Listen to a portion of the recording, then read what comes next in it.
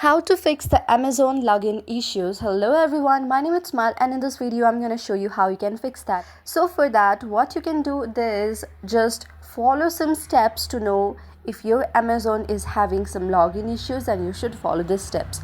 The very first thing that you must check is that you must have a proper internet connection. Go on the notification bar and see if you are connected to a stable network.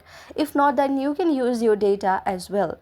After using mobile data and still there is some login problem, then just go on the Google Play Store.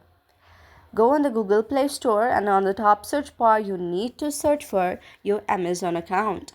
Install the latest version of Amazon account and make sure you have updated it as well, because sometimes you might miss out some of the features and the Amazon also might not work out because you haven't updated the latest version. So install it and update the latest version as well. So after installing and updating the latest version and still the application is showing some login issues, then what I would suggest you to do is just go on that app.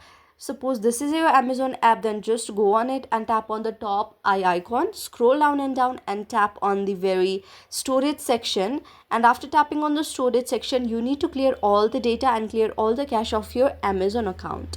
This is Truecaller, but you have your Amazon account, Amazon app installed, then make sure you clear the all data and all the cache on your Amazon account. And also go on the storage and select all this updation, also delete and again reinstall your Amazon application. So that might solve your problem, but still if it does not, then I would suggest you to go on the help center of Amazon. You can simply do that by Google as well as your Amazon account or Amazon app.